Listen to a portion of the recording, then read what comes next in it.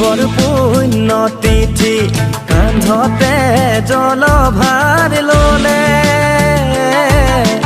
বাবাৰ ভক্তগণে পদযাত্ৰা কৰি লৈ বল বম বোলে।